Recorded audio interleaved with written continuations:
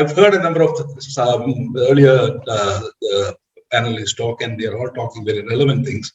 But I would like to come back to, before I start proceeding, I would like to define something first. Let me start defining what is entrepreneurship.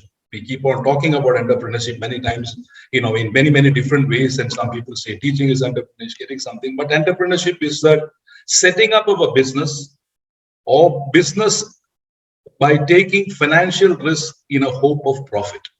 This is straightforward.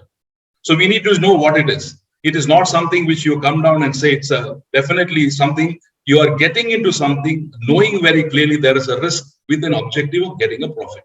That is entrepreneurship. Now, this is not meant for everybody. And that's something which I have been in this particular, in the industry for many years, and as a management consultant for the last 10 to 12 years. And I understand very clearly many things some things you can teach, but you cannot teach or develop something which a person do not have a core competences. So many important thing is that you can, unless you have certain core competence which is relevant to this particular thing, teaching somebody without that core competence means nothing.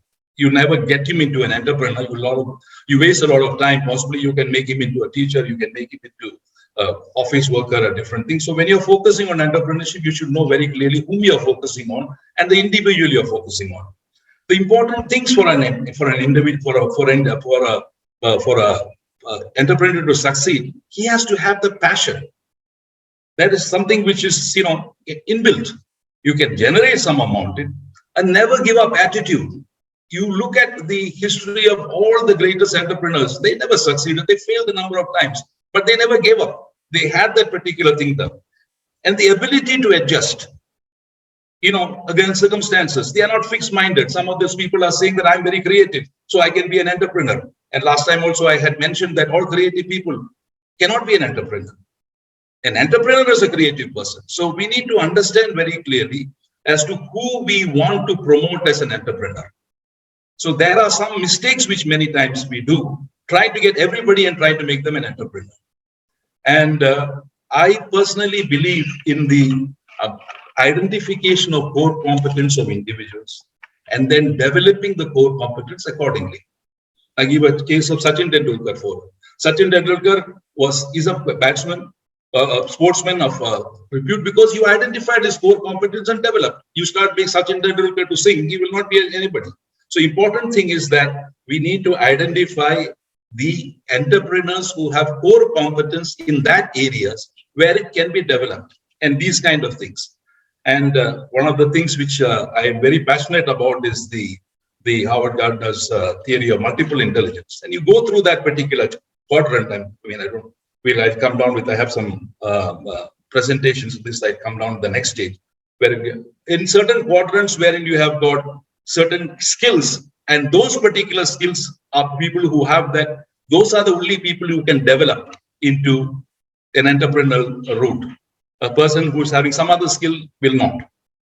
The other part is the ability to teach. And we keep on talking about we need to teach. Yes, there are courses in entrepreneurship. Even an MBA course, you have entrepreneurship as a major you can take. But these are certain skills which you can come down, finance, certain things. But that will not make you an entrepreneur. So you can have certain skills developed which can help you in doing that. But without basic core competence, you will not reach anywhere. Now, having said that, let us see what is the situation of entrepreneurship and startups in India. I would say that's very important for all of us because we in India is an inflection point. Just like we have got core competence of individuals, I have been observing and I see that there are core competence of nations. If you look at the history of nations, you'll see when you see the Industrial Revolution, when it took place in the 19th century, firstly it was Europe. And you look at the Europeans who are Caucasians, you'll see that they are people who are very good at mechanical engineering. They are outgoing, and mechanical engineering outgoing was connected, and then that became an important thing for development of many of the entrepreneurs which came out there of engineering related items, and that was the Industrial Revolution. After some time, you came down and moved to the electronics revolution, or the so-called, the variant transistors and assembly lines and all that. And where did that come? You see that has come largely in the East. You see the Japanese and the Koreans and the Chinese, these are the people with nimble fingers who are able to come down, and those core competence came down, and that developed. You have to get into that industry or that area which has your core competence. Now you come down to black people or the Negrito race. You see them excelling in sports. You see them excelling in music. Those are core competence in certain nations. Now coming to Indians, let us understand what we Indians have got core competence. We as Indians have got core competence in mathematics and logic. This is our core competence, and this has taken India in the IT time into the next world. This is time when the Indians are recognized world over. This is the time Indians should recognize themselves and say that we have an industry in the 21st century which is matching our core competence. You look at the industries in the last, in the 80s, and you'll see all the companies which were there who are the top companies. They were either engineering companies or they were energy companies. What are the latest? If you look at the latest companies, the largest 10, 20 companies in the world, what are they? All of them are IT companies, like the Microsofts are there, the Amazons are there, the Alphabet is there. There is no more engineering companies. So what I was like to say is that we have seen that this is the century for India. And this is the time Indian core competence should be channeled into areas wherein we can focus on. And I was looking at the statistics in terms of the development of the startups. The startup situation in India is booming. India has become the third largest startups after USA and China, which is something which we all have to be proud of.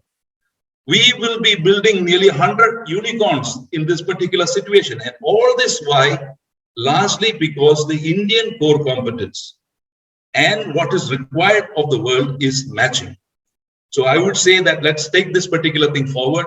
This is a time when we have the core competence, and entrepreneurship should be matched and to be identified along with the core competence and developed. The educator's job is to identify people with that core competence who got entrepreneurship traits and train them, and not just to train everybody and try to make them an entrepreneur. So this is what I was trying to focus on and trying to give a slight different twist to say that we as a nation core competence is where we are, and we see India also moving along with that. And this will be a great time for India and Indian entrepreneurs in the 21st century.